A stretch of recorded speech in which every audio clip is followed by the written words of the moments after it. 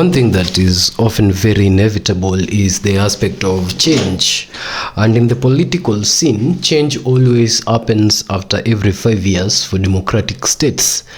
However, in each of those 4 or 5 years or whatever demarcations of time that democratic states resolve to change, their modes of campaigning and reaching their electorates also always change.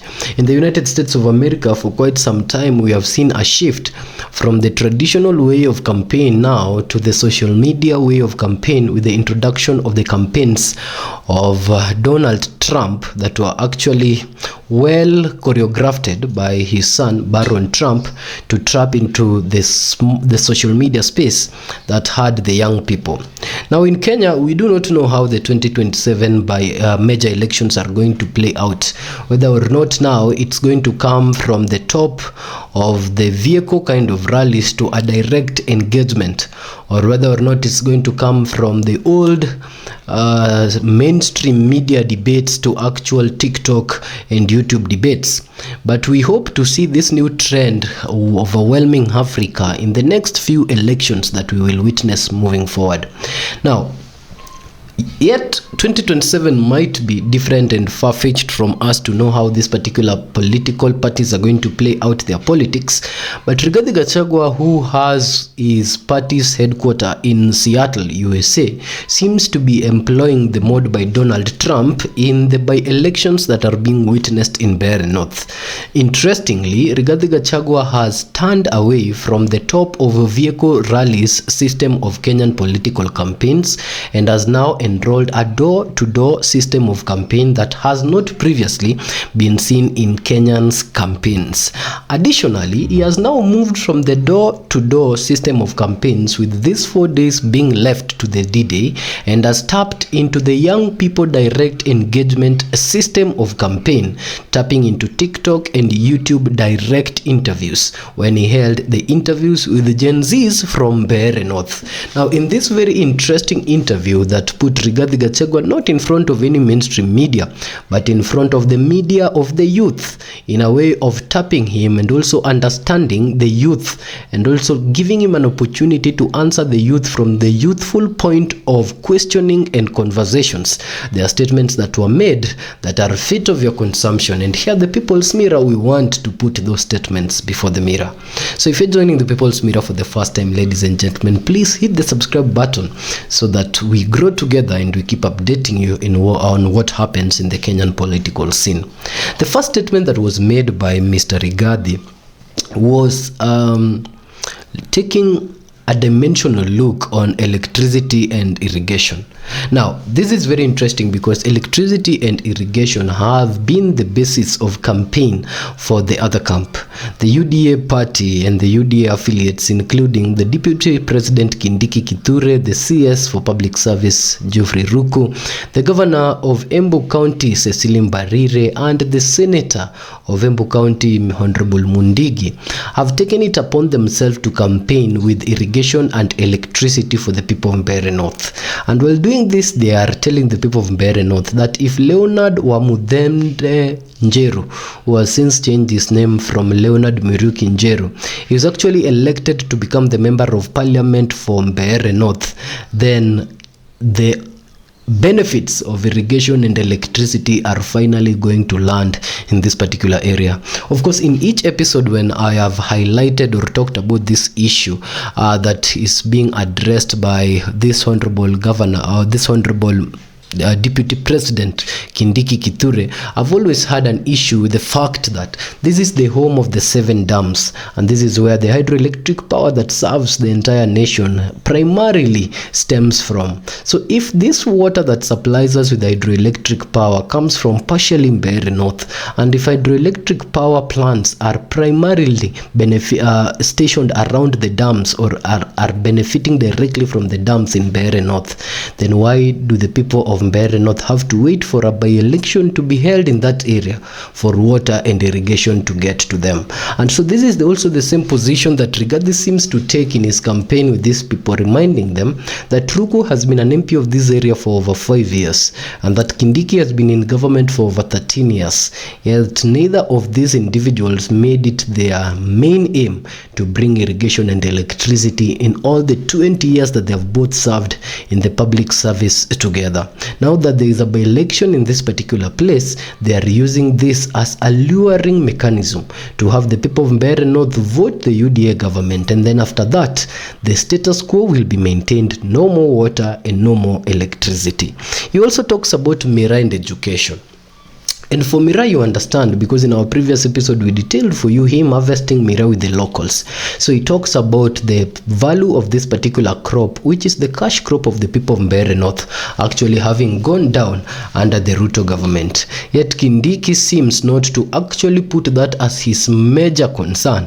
He keeps talking about roads and electricity, forgetting that the people of Mbeere North primarily believes that the harvest of Mbeere is their primary way of putting food in the table, even before they can look at irrigation, electricity and roads. And so in that particular segment of his statements, he portrays Honorable Kindiki as an individual that lacks touch with the people of Mbeere North, to the extent that he thinks that what they need is what he thinks, and that might not be actually what they need if you do a one-on-one, door-to-door conversation with the people of Mbeere North. So whereas the deputy president is talking about construction of irrigation schemes and advancing electricity to the people of Mbeere North, it seems that the actual need that the people of Mbeere North wants is for valuable restored prices of their cash crop, so that at least they can first put food on the table. On education, he attacks the entire government,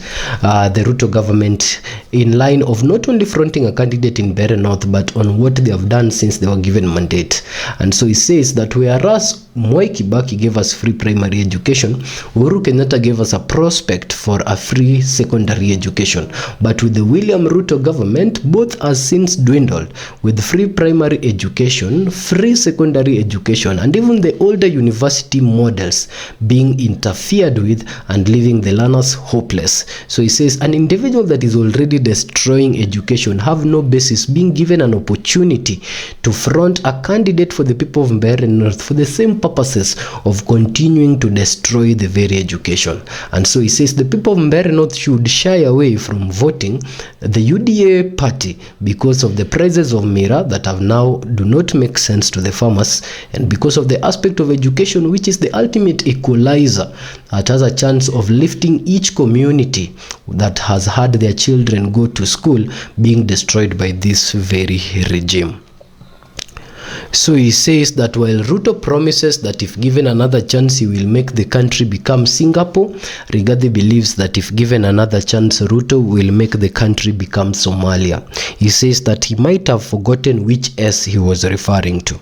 Then he says that Kindiki has been in power for 13 years, detailing that he had been a senator for 2 years prior to becoming a gentleman in the Ruto's government. And he says that for these 13 years, in Kindiki's backyard, there is no road that goes to Kindiki's house, that Kindiki himself has to use a chopper to go home. Yet he's been in public service for 13 years. So these roads that he's advocating for from Mbeere North now, where will these roads come from if they have never been there for the past 13 years that he's been in power? So he points out the statements of Deputy President Kindiki as hoodwinks aimed at lying to the people of Mbeere North to secure their votes at their own expense in the subsequent years. He tells the people of Mbeere North to disagree with Ruto as a way of channeling development to Mbeere North. And he says that historically, Ruto has done developments in areas that publicly disagreed with him. He gives example of the Nyanza region that seems to have received development under President William Ruto's reign, saying that he's developing Nyanza primarily because Nyanza did not agree with him in the 2022 elections, and so he hopes that Nyanza agrees with him in the 2027 elections. In this length, he portrays Ruto and Mbeere North as a relationship that can only exist if they disagree with each other. And in what seems to look like are campaigning for Mukunji for a bigger seat. He portrays that Mukunji is the only sane person that remains in the entire Embu area that can still stand for the interest of the people, and also is the only individual in the entire Embu region that has defied President Ruto, and so as a result President Ruto has developed Mukunji's area because he only obeys defiance. Then he talks about an incident that happened with Mbeere teachers who were actually called by Governor Honorable Kindiki to a meeting, and when they were called to a meeting, the deputy president allegedly, after the meeting ended, handed them 3,000 Kenyan shillings. And so in Rigathi'S statements, he says that the teachers from Mbeere North are even demeaned, that they cannot be treated as the teachers who went to State House that allegedly were given 10,000. So what difference exists then? Does a teacher become a more valuable teacher when he goes to State House and becomes just another teacher when he's being met at Mbeere North?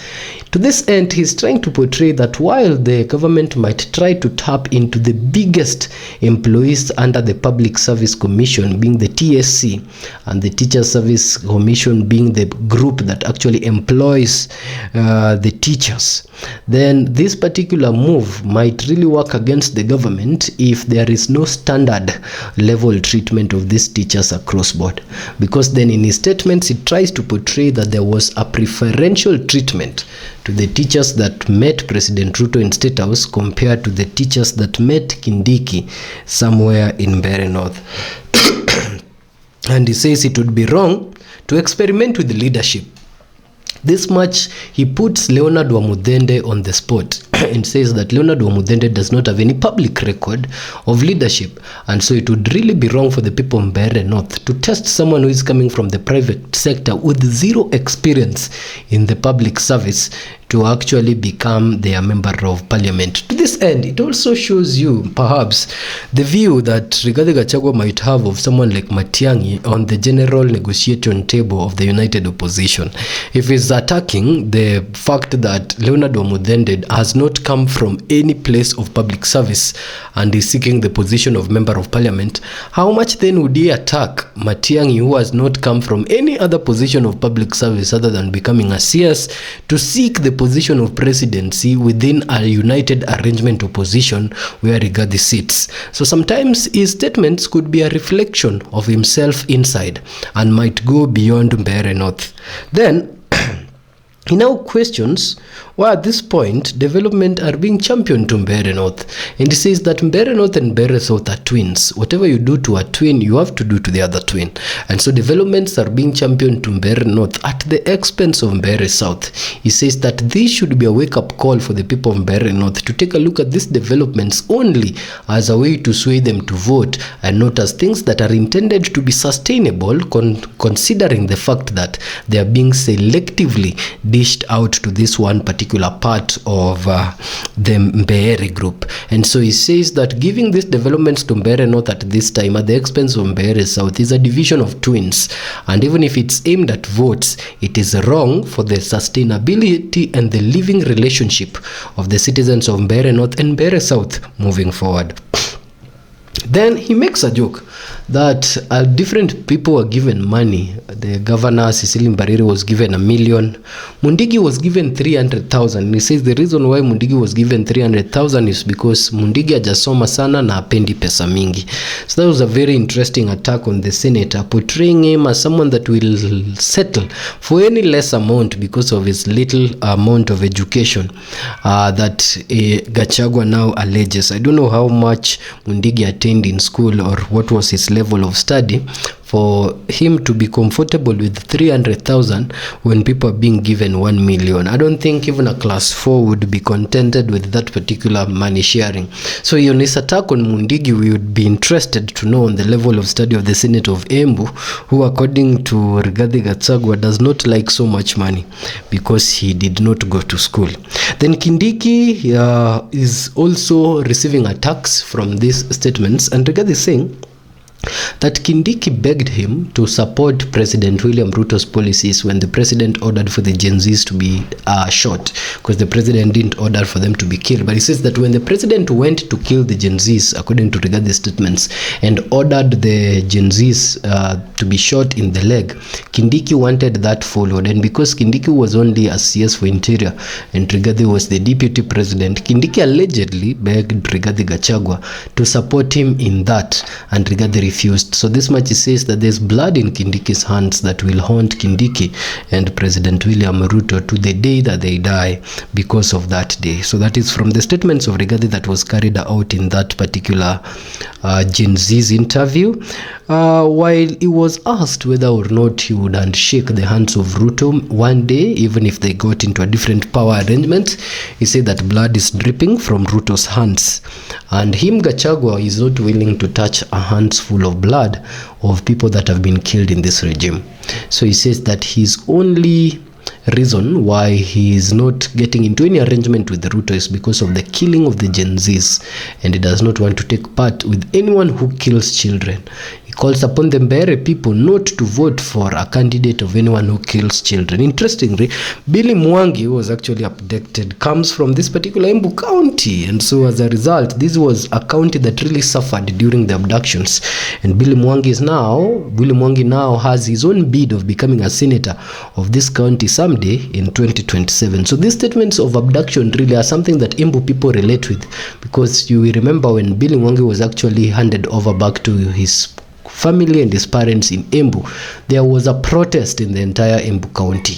So things like abductions and killing of the Gen Zs consistently being reminded to this particular population is something that is very close to home to them because they experienced it. And that, ladies and gentlemen, is the statement that Rigathi made before the mirror.